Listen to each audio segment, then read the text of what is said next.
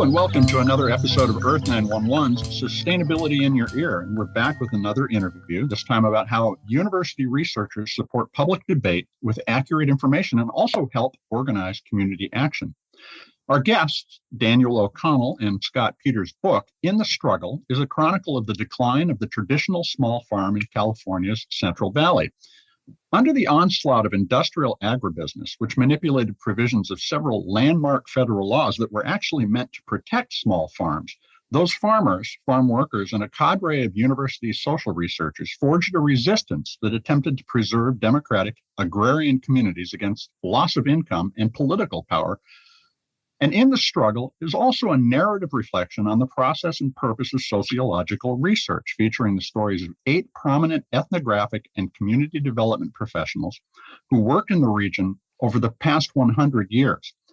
They expose lessons and tools that are valuable in the battle to solve today's climate crisis equitably, amongst many other good insights. And we've got a lot to talk about with Daniel O'Connell, who is the executive director of the Central Valley Partnership, a network of labor, environmental, and community groups, and Scott Peters, who is a professor of global development at Cornell University. Welcome to the show, gentlemen. How are you today? Wonderful to be here. Great to be here. Thanks for inviting us. Well, we're pleased to have you here. Let me just start by, could you summarize, and I know this is a big question with not a lot of time to answer, what has happened to the Central Valley in the last 120 years? This is Dan. I'll go first. You know, the Central Valley and California agriculture weren't settled in the same patterns as the rest of the United States. And Paul Taylor saw that discontinuity as he came out here from the Midwest.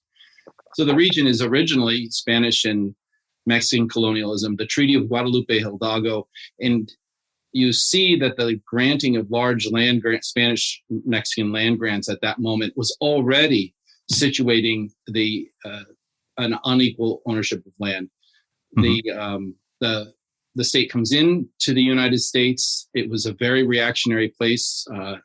There was codified laws that basically were looking towards genocide that they were paying for body parts of Native Americans. And this was under law to be brought in so they were actively exterminating people. And then this importation of folks over time. This consolidation of this narrative of the Valley, though, is also right after the state comes into the Union. There's a series of droughts in the 1870s and 1890s and a series of pretty severe economic contractions that, again, kind of drive the smaller holders out. So unequal from the beginning and just exacerbating. And then you get the propellants of what we're going to talk about in the book in the 20th century, in the 19th century, that really propelled this consolidation of the economy and land holdings. I think Mark Arax in his recent book does a lot of work identifying who the landowners were during this period of consolidation. That's not our interest. Mm-hmm. We would much rather be looking at how to empower folks on the ground to understand this narrative and this history so that they can become activists and scholars today and really change the system, which is already underway. Now, Scott, the other thing about this is it's a story of the researchers themselves. And I would characterize it as a tale of giants standing on the shoulders of giants, standing on the shoulders of giants. And it's giants all the way down. These people really made a huge difference. Tell us a little about them. Sure. First of all, I'd like to say, in response to the story that you are implying about the kind of collapse of small farm holders and the kind of dominance of these big industrial farms and all the things that happen with them.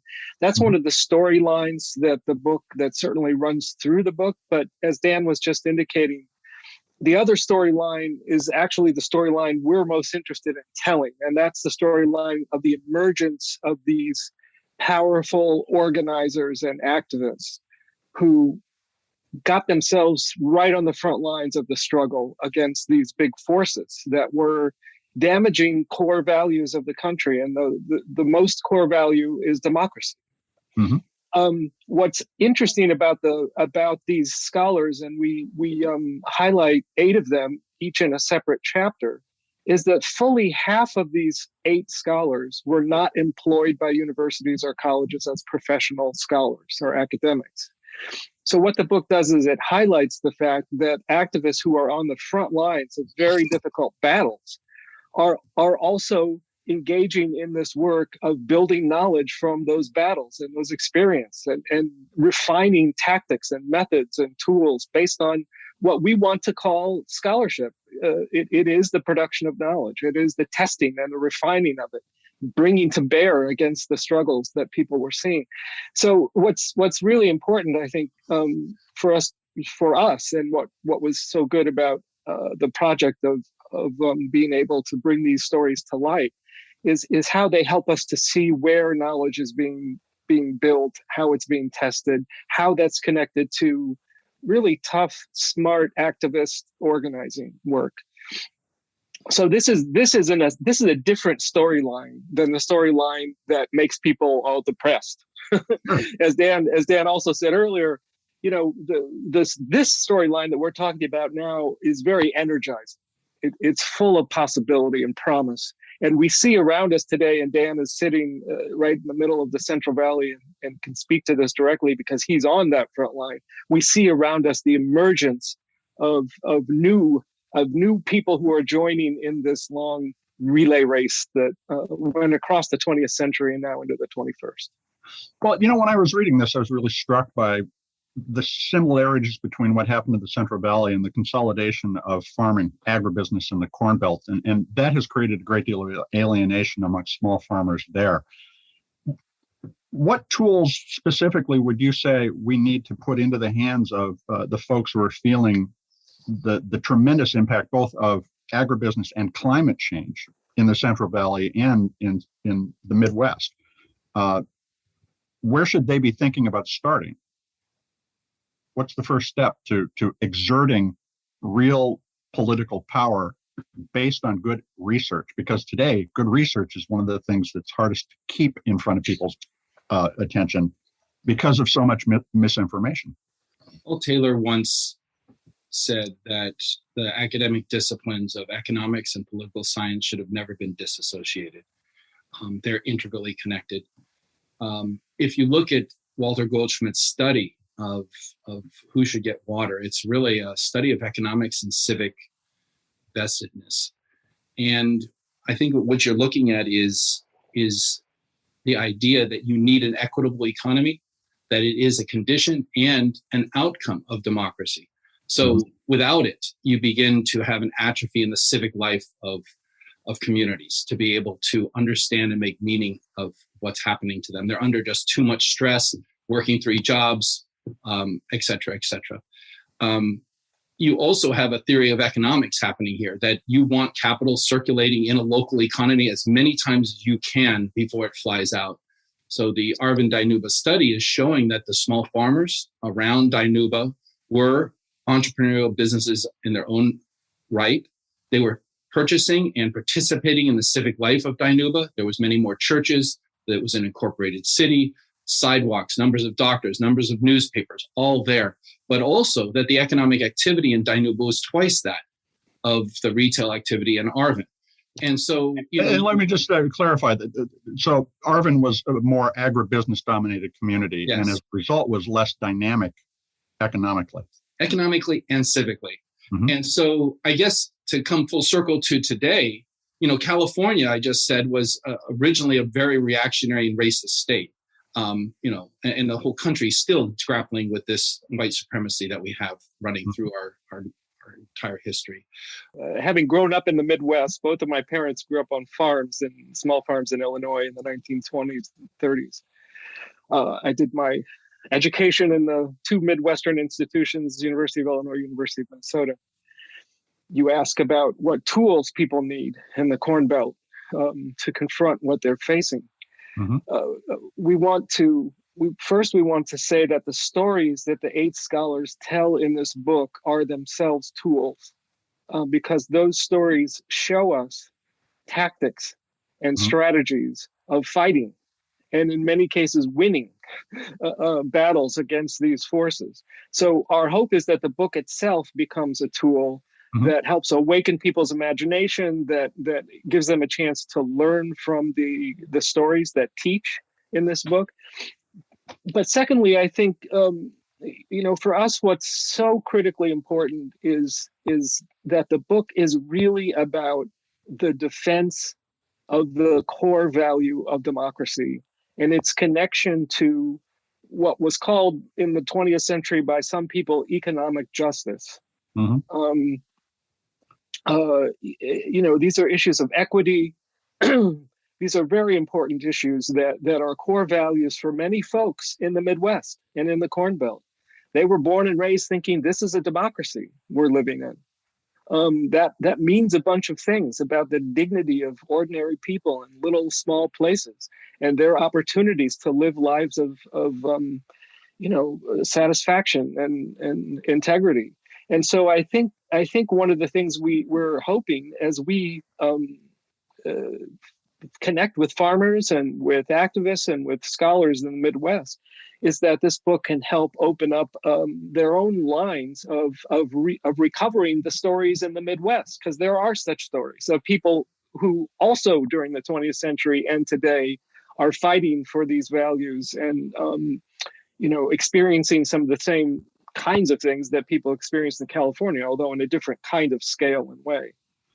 Well, reading through the various stories, it's clear that documenting what was happening on the ground was really the first and most important tool that they had. Sure. Today, of course, we can disseminate that information in a variety of ways. But let's talk about particularly what I thought was the sharpest confrontation that you documented, which was between the researcher Ernesto Galarza, who was Director of Research and Education at the National Farm Labor Union, and who was also, by the way, nominated for a Nobel Peace Prize, and the DiGiorgio Fruit Company, which became one of the most valuable companies in the United States by consolidating all these lands in the Central Valley. What did you learn, particularly from Galarza's confrontation with DiGiorgio?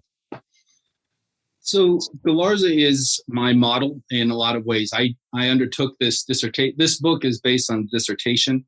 Mm-hmm. And I knew, just like Galarza, that I was not going to go on to be an academic at a campus, at a university setting. I was going to come in to the San Joaquin Valley and to continue the work, but much closer to the problem. So some of the takeaways, and Galarza is really close to my heart: tenacity, courage, resolve, to be strategic and willing to sacrifice personal position to make social advance.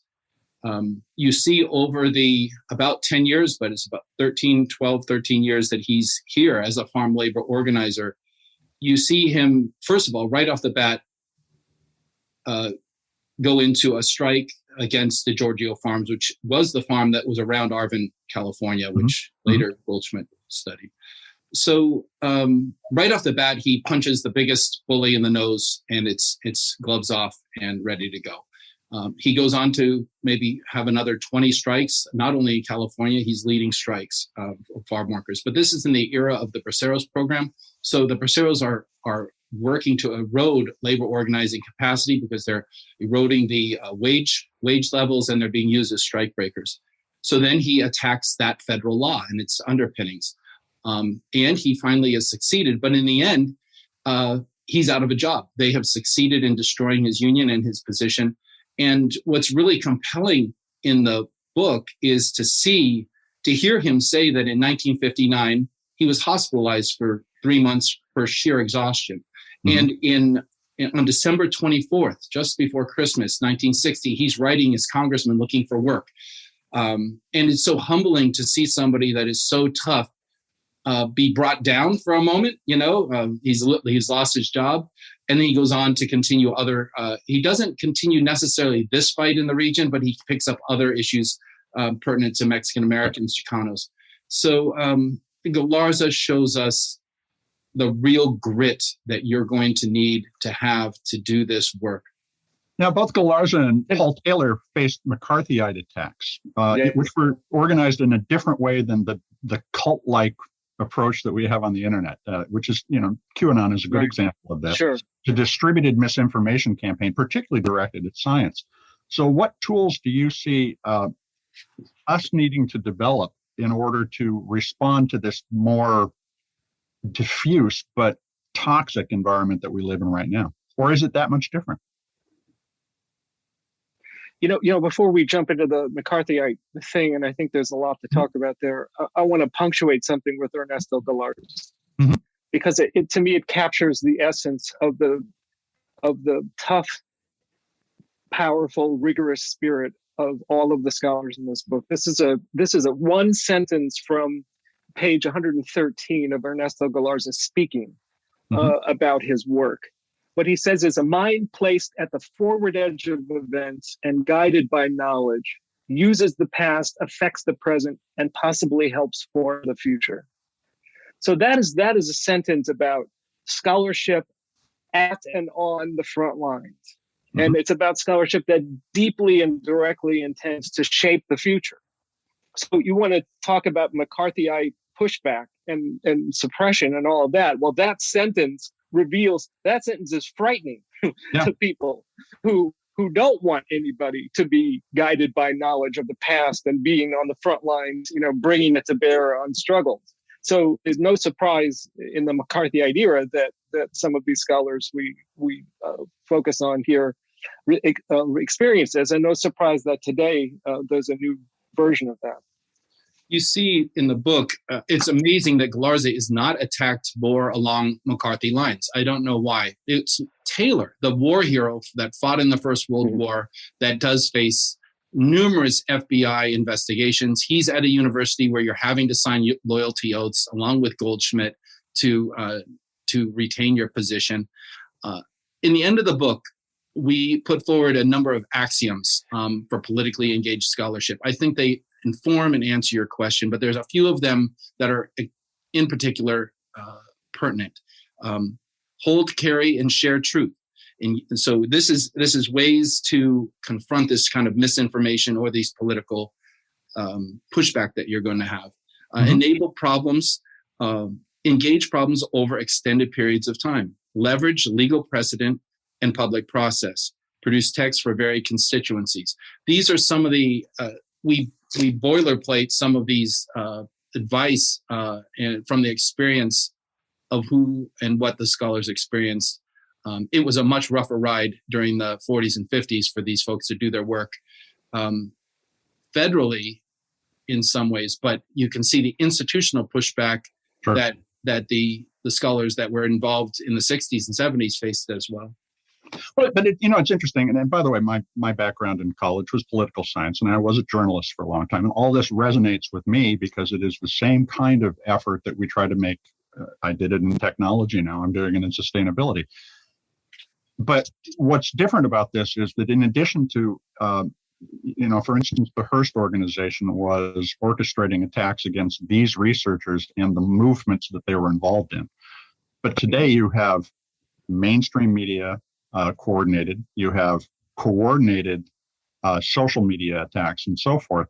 It's on the one hand a lot easier to live and get around and communicate today, but the intensity of the conflict is so much greater. So how do you think that farming communities, which are by their very nature small, can respond to these very large, broad-based attacks that they face whenever they raise any issue of equity?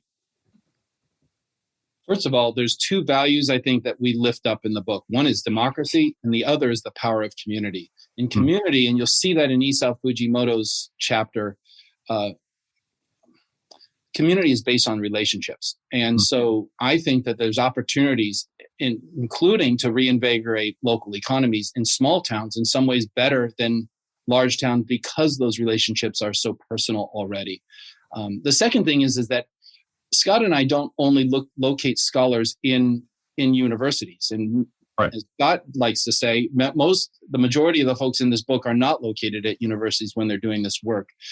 I want to go back to three of those axioms that are really pertinent, not only for scholars, but for those community members in rural communities that are going to move forward with actions to promote democracy and an equitable economy. There's three that are really, really important.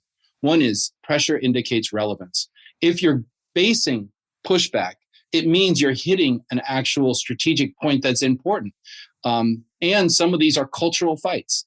If you wear a mask in Kansas now, you're facing social critique. Oh, well, you should still wear the mask because there's small children and there's others that have their eyes on you. Second, pressure indicates relevance. So, persevere through adversity. And finally, expect political reaction. Pressure indicates relevance. Persevere through adversities. Those are the three that are key importance, and they can apply to any regular folk that want to create change in their community. So if you're getting that pushback, you should consider that a validation of the fact that you're being effective. Yes, it's a measure. That shows through the book. That's when you need that's one of the things the Industrial Areas Foundation always says, the Saul Alinsky organizing institution is that the real action is in the reaction. Mm-hmm. That's when you learn. That's what you learn a lot from. So a lot of actions are actually staged to provoke a reaction, so that the enemy, so to speak, reveals itself. And actually, speaking of Ernesto Galarza, he was pretty good at baiting, as Dan likes to say, baiting the enemy and getting them to overstep in their reaction. Well, and Isao Fujimoto, who you mentioned a moment ago, had this position. He said that research should serve the community. But isn't that harder today because academics in particular are more dependent on corporate funding than they were decades ago? Does the change in the way that we're financing education also undercut our democracy? Yeah, so let me speak to that first quickly.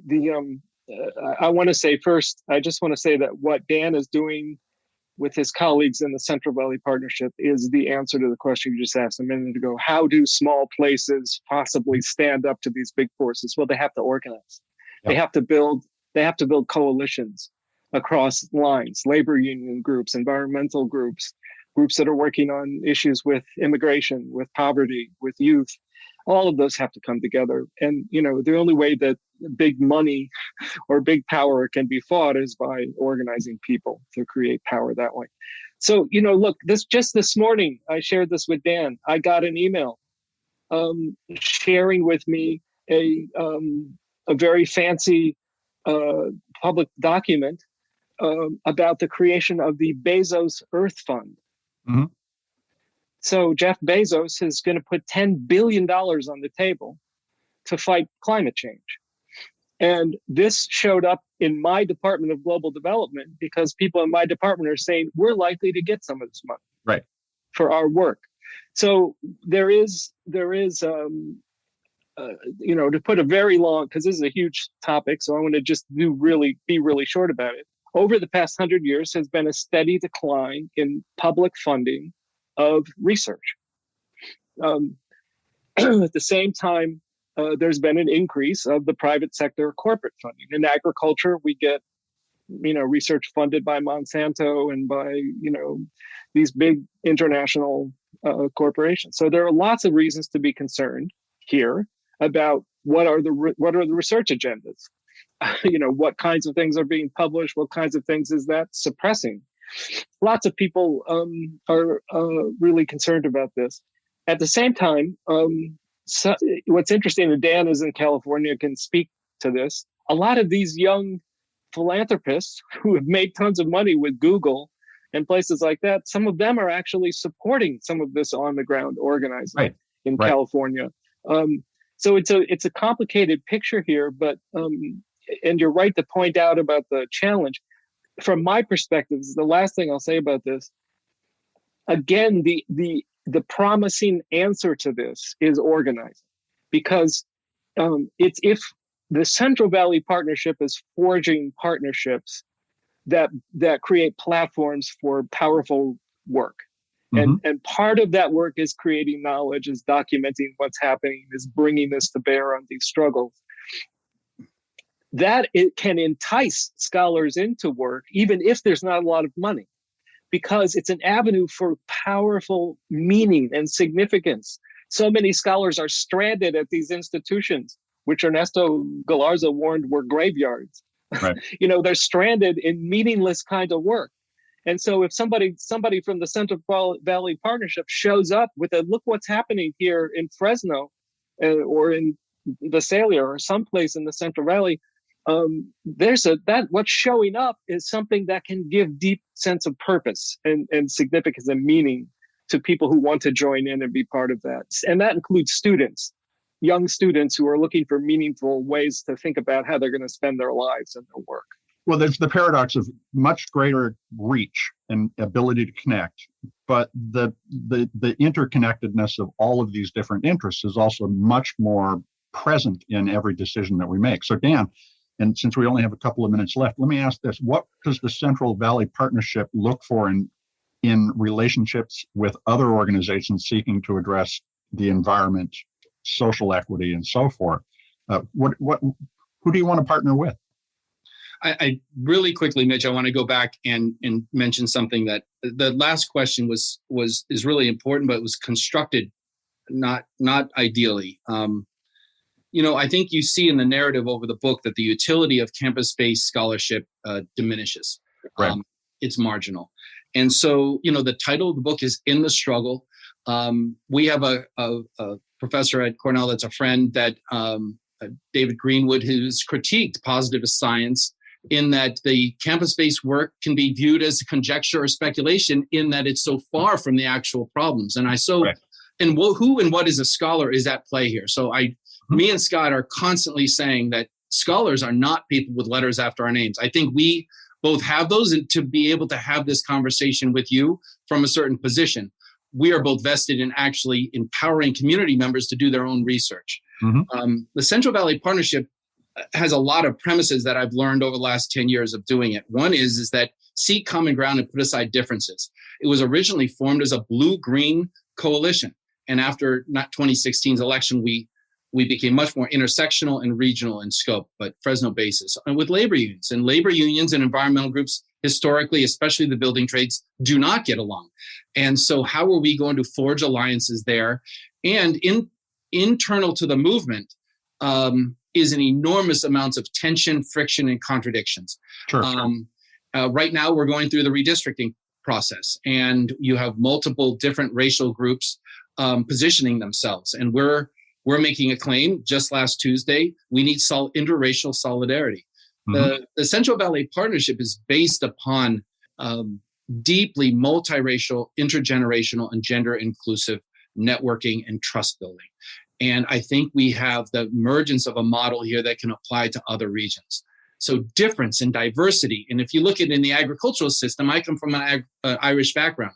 We were planting 4 varieties of potato that got a blight, and 2 million of us starved, 3 million immigrated, leaving 2 million alive, right?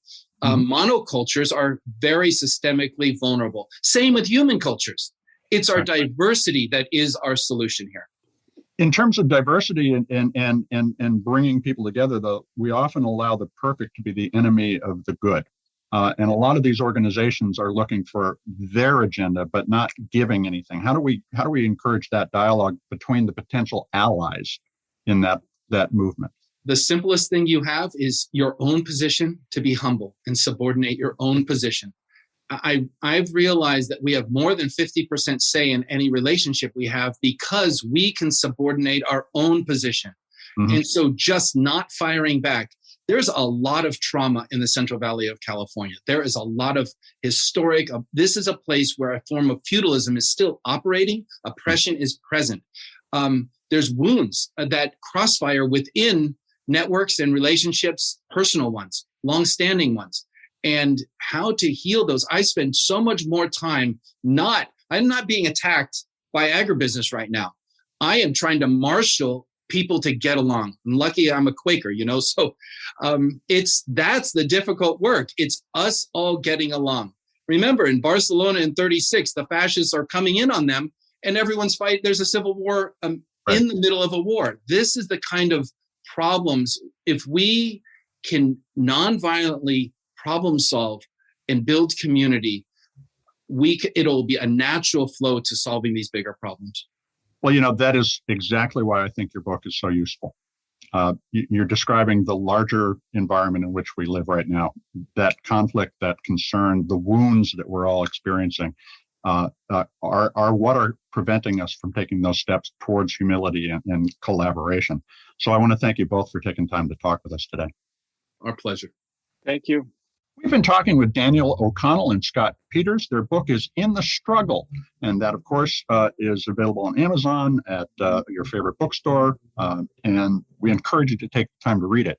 Those stories of the 8 different researchers and how they forged communities generation by generation is important for us to think about as we look at the next 20, 30, and 50 years in the climate struggle. We're going to save this planet, but we have to do it by bringing ourselves back together. This is Earth911, Sustainability in Your Ear, and we're hoping that you will take a moment to share this with this podcast with your friends, your family. Let's get people talking. We'll be back soon with another interview, and in the meantime, I'm Mitch Ratcliffe, your host. Take care of yourself, take care of one another, and let's all take care of this beautiful planet of ours. Have a green day.